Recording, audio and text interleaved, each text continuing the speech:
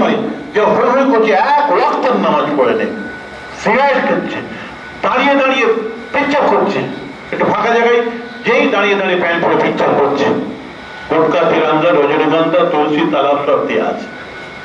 ওরাই আবার ঈদের দিনে ফাংশন করছে, কাওয়ালি করছে, ওরাই আবার বিয়ে বাড়িতে বিয়ের আগের দিন রাত্রে সেখানে ফাংশন করছে, গায়ক গায়িকাদেরকে নিয়ে আসছে, এটা আনন্দ।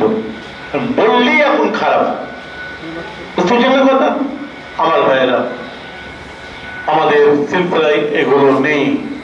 মহরমের দিনে, মহরমের রাতে বসে আপনাকে আমাকে কোরআন হাদিসের কথা, ইমাম হাসান, ইমাম হোসেন রাদিয়াল্লাহু তাআলার কথা, আম্মাজান ফাতিমা, আম্মাজান ফাতিমা রাদিয়াল্লাহু তাআলা আনহার কথা, আলী কারামাল্লাহু ওয়াজহুর কথা, আহলে বাইতের কথা শুনেন।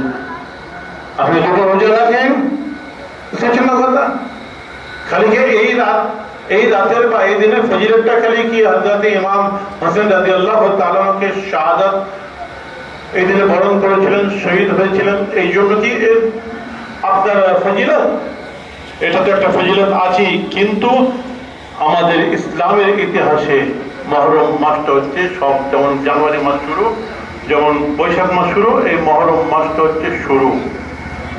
মুসা আলাইহিস সালাম তার যারা কম, ফেরাউন যাদেরকে আপনার কায়েদ করে জেলখানার মধ্যে রেখেছিল, এই দিনে তারা কয়েদখানা থেকে মুক্তি পেয়েছিল এবং ফেরাউনের লস্কর নীল নদীতে ডুবে মারা গিয়েছিল আল্লাহর হুকুমে।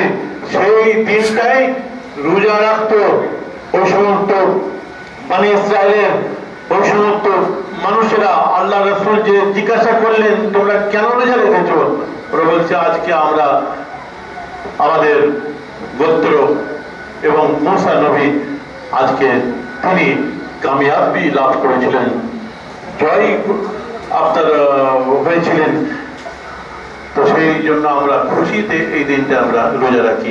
আল্লাহ রাসূল বলে এর থেকে তাহলে আমাদেরও তো বেশি দায়িত্ব, আমরাও তাহলে রোজা রাখবো বলে আল্লাহ রাসূল বললেন যে ওই সমস্ত মানে ইসরায়েলের গোত্ররা, ইহুদি, নাসারা ওরা একটা রোজা রাখে, তোমরা দুটো রোজা রাখবে, তোমরা 9 এবং 10 দুটো রোজা রাখবে। অনেক ফজিলত আছে।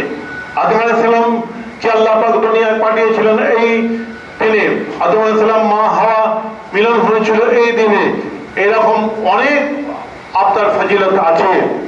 বিশেষণ কথা আজকে তার সঙ্গে বড় দুঃখের দিন আমাদের ইমাম হোসেন রাদিয়াল্লাহু তাআলা কে কারবালার জমিনে